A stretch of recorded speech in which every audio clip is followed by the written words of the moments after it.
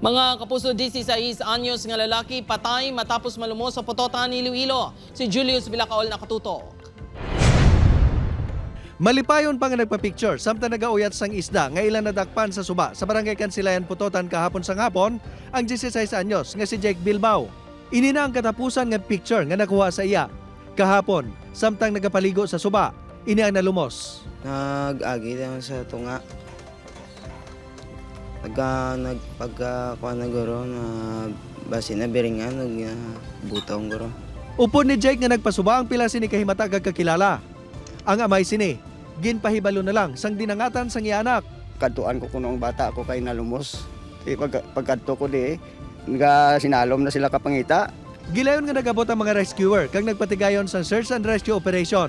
Apang nagdulom lang, wala gin makita ng lawas ni Jake gani ginuuntat ang pagpangita.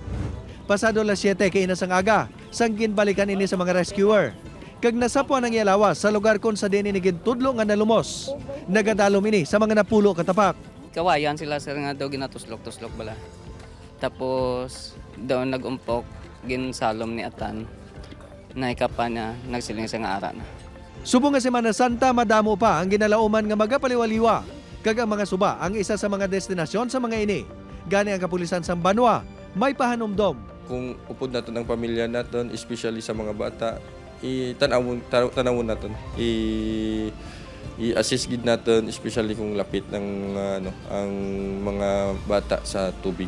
Upod kay Cirilo Rendoque, Julius Bilacaol. 1. Western Visayas.